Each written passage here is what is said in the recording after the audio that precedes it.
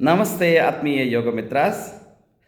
We have been seeing that how in the very beginning of creation, that the primordial cosmic entities who are custodians of the Srishti, Sthiti, Laya, Brahma, Vishnu, and Maheshwara are the ones who embodied, who manifested the concept of yoga. Vishnu, who has been lying in the Yoga Nidra, has been in the Yoga Sthiti, Yogastha Kuru Karmani, Sangam Tektva Dhananjaya, is what Vishnu, as Krishna himself taught it to Surya and later to Arjuna, the Dhananjaya. So he has been doing this, Yogastha Kuru Karmani. He is in the Yoga Sthiti of Yoga Nidra and doing the Sthiti. He has been always in that relaxation, yet doing the action of sthiti by taking the dashavataras, and much more than that. Avataras are not limited to dasha. In Bhagavatam, 24 avataras of Vishnu are spoken, and it is much more than that, ananta.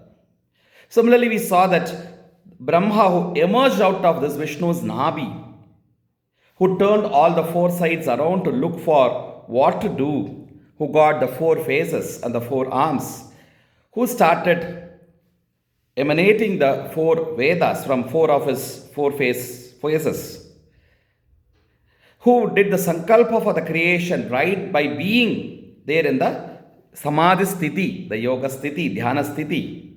And then we saw that he had manifested the Sanakadi Rishis, the Chatur Rishis, and then Rudra, who came from the chaotic situation, the confused state of Brahma, of what to do and what not to do.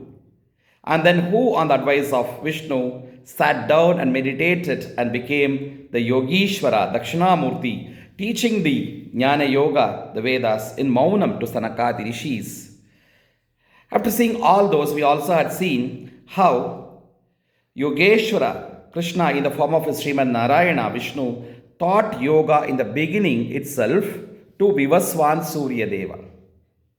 And I did mention that Surya had taught it to Manu, the first ever human being. Now let's see that Brahma, after creating all the Sanakadi Rishis, the Prajapatis and all, because the progeny, the human generations did not come out, so he thought there is some problem basically in my software itself. Because Brahma was all alone in the beginning, and therefore it was all the Sanakadi Rishis and Rudra and all came forward. So Brahma thought there is some basic problem in my software itself, and therefore he disintegrated, dissolved himself, and then came forward as Brahma 2.0, the latest version of Brahma. And so this Brahma, when he came forward as a new version of Brahma, not came as a single entity, but also manifested as Shakti form as Saraswati. So Brahma and Saraswati came forward, and then when he did the Sankalpa for the human generation, from Brahma emerged the Manu, and from Saraswati emerged Shatarupa. The first ever human being is called Manu, and therefore we are Manushya.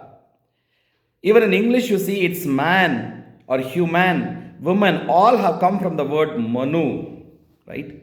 Manava, or the children of Manu. We are not children of Adam and Eve, my dear friends. We are Manushya Putras. Even in the English and other languages also, being called as human or man or woman indicates this origin from the word Manu. And the first ever woman was called Shatarupa because women are always versatile, who take hundreds of forms. When she is giving birth, she is a Brahma, a Janani. When she is earning money, she is Lakshmi. When she is giving the education, she is Saraswati. When she is in defense, she is Durga. When she is feeding, she is Annapurni. She is one who is taking Ananta Rupini, Ananta Namni, who is woman. Therefore, Shatarupi. She is called Shatarupa. So, Manu and Shatarupa were the first ever human beings in the human race, through whom the generation continued. And therefore, after Krishna gave it to Surya, Surya taught this yoga, the concept of yoga, the science of yoga, the practice of yoga, the philosophy of yoga to Manu, who is the first ever human being, so that in the human generation it continues. So Shiva had taught it to the Sanakad Rishis and later the Sapta Rishis, and therefore the Rishi Parampara continues through Shiva, the Yogishwara, the Parampara of Shiva continues through the Rishis, and the Parampara of the human being, the human race, the Rajas. Manu taught it to Ikshvaku, and Ikshvaku taught it to his generation. So they were the first, Raja Rishi Vamshas, which we see in the same Ikshvaku Vamsha where Lord Rama was born. Right? And therefore, we see this wonderful concept of yoga right from the beginning of creation onwards has been passed down from time immemorial. Therefore, yoga is as old as not just Patanjali, not just Svatmarama, not just as old as any of the yogis whom we mentioned, but it is as old as the Surya Chandra, as old as the creation. And we should be proud to belong to this wonderful yoga parampara, which was started by all the gods. Hari Om.